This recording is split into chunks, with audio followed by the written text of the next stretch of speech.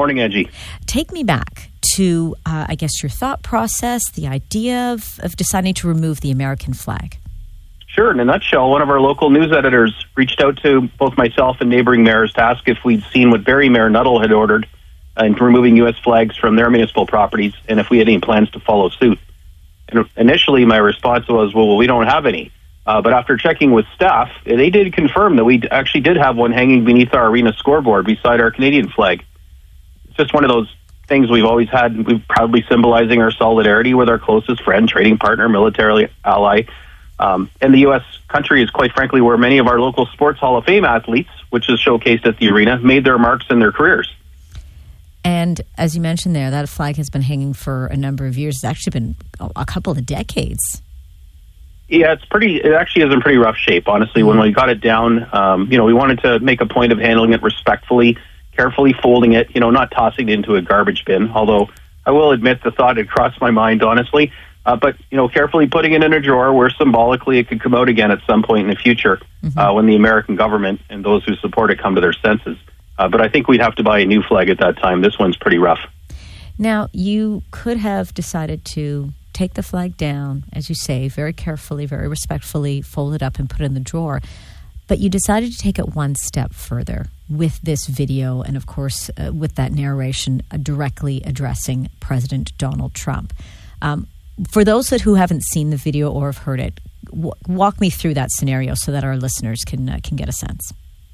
Sure. Well, I initially had offered to take a couple of photos and submit to our media because they weren't able to attend with me when we were pulling it down. And but at the time, I decided why not capture this on video? It is rather historic.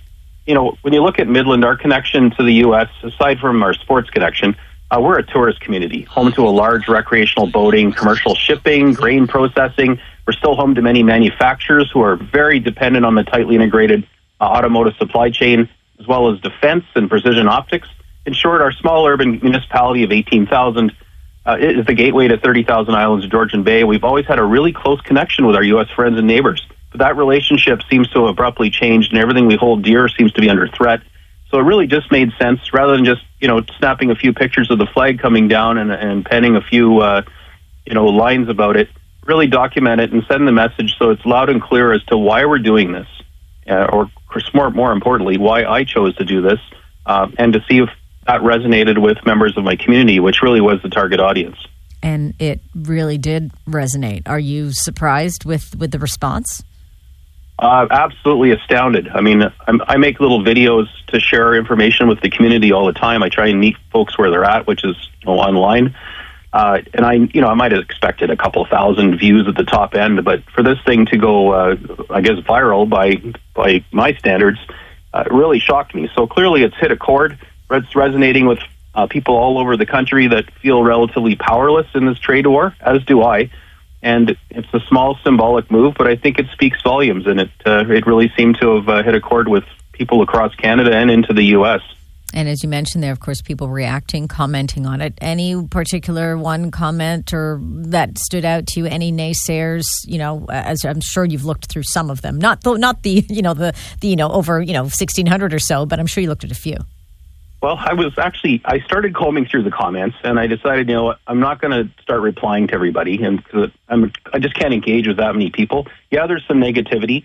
There's a filter on there that shuts off anything with profanity, because I am held accountable for what's published on my page with our code of conduct.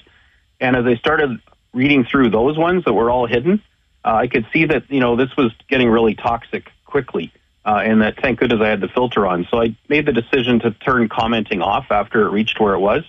And really, the video stands on its own. So the comments generally are supportive.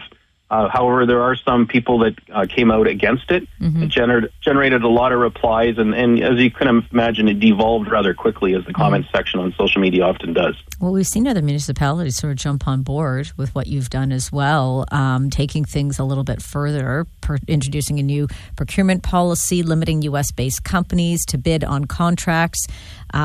Is that something that you may be considering in Midland as well?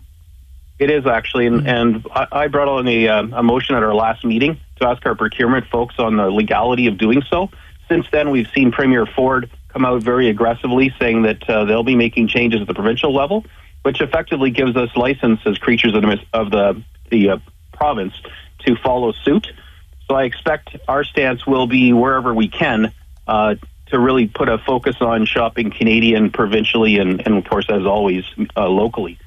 Our challenge is there are things that we need as a municipality that simply aren't made in Canada. For example, the cab and chassis for salt and sanding trucks and plow trucks and fire trucks.